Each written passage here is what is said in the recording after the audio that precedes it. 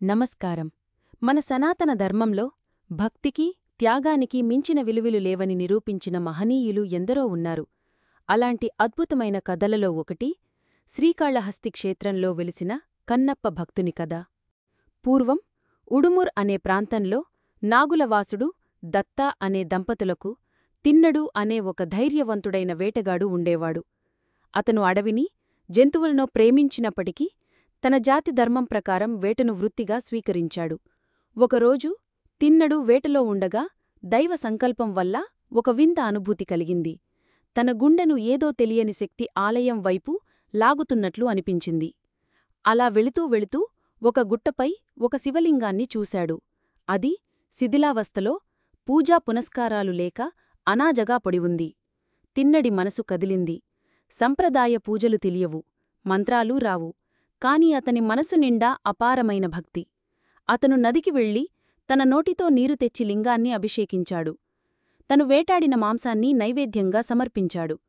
తన తలలోని పువ్వులను తీసి శివుని పాదాలపై ఉంచాడు. ఇలా రోజులు గడిచాయి. ప్రతిరోజూ శివుని సేవలోనే మునిగితేలాడు తిన్నడు. స్థానిక పూజారికి ఇది నచ్చలేదు. ఆలయాన్ని సంప్రదాయబద్ధంగా పూజించే పూజారి శివచార్యుడు రోజురోజుకూ లింగంపై మాంసం, అపరిశుభ్రమైన వస్తువులు చూసి ఆశ్చర్యపోయాడు. ఇది ఎవరో భక్తిలేని పని అని కోపగించాడు. శివునికి విన్నవించాడు. శివుడు పూజారి కలలో కనిపించి ఆ వేటగాడి భక్తిని పరీక్షించు అని ఆజ్ఞాపించాడు. పూజారికి ఆశ్చర్యం వేసింది. మరుసటి రోజు ఉదయం తిన్నడు శివలింగం వద్దకు రాగానే శివుని కంటినుండి రక్తం కారడం చూసి షాకయ్యాడు. అతని గుండె పగిలిపోయింది. తన చేతినే కంటికి అడ్డుపెట్టి రక్తాన్ని ఆపాలని చూశాడు. ఒక క్షణం కూడా ఆలోచించకుండా తన కత్తితో తన కన్ను పీకి శివుని కంటికి అమర్చాడు. రక్తమాగింది. తిన్నడు సంతోషించాడు. కాని అంతలోనే శివుని మరో కంటినుండి రక్తం కారడం చూసి దిగ్భ్రాంతి చెందాడు. తిన్నడు ఆలోచించాడు. రెండవ కన్ను కూడా తీసి అమరిస్తే అప్పుడు తాను గ్రుడ్డివాడై మళ్లీ శివుని కంటిని గుర్తించలేనేమో అని భయపడ్డాడు. అందుకే శివుని రెండవ కంటిపై తన కాలువేలు ఉంచి తన రెండవ కన్ను కూడా పేకడానికి సిద్ధమయ్యాడు. ఆ అద్భుతమైన భక్తిని చూసిన శివుడు తక్షణమే ప్రత్యక్షమయ్యాడు. ఆగు తిన్నా, ఆగు అంటూ ఆకాశం నుండి వినిపించింది ఆయన గంభీర స్వరం. శివుడు పార్వతీ సమేతుడై దర్శనమిచ్చాడు. తిన్నడి భక్తికి శివచార్యుడు కూడా ఆశ్చర్యపోయాడు. శివుడు కన్నప్పను తన గణాలలో ఒకనిగా స్వీకరించి మోక్షాన్ని ప్రసాదించాడు.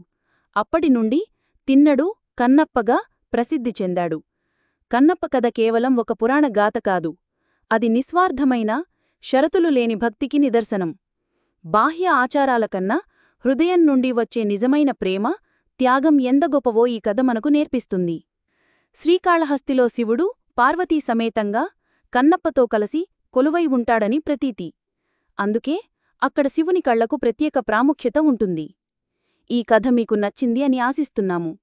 ఈ వీడియోని లైక్ చేయండి, మీ స్నేహితులతో పంచుకోండి మరియు మరిన్ని ఇలాంటి భక్తి కథల కోసం మా ఛానల్కి సబ్స్క్రైబ్ చేయండి. ధన్యవాదాలు.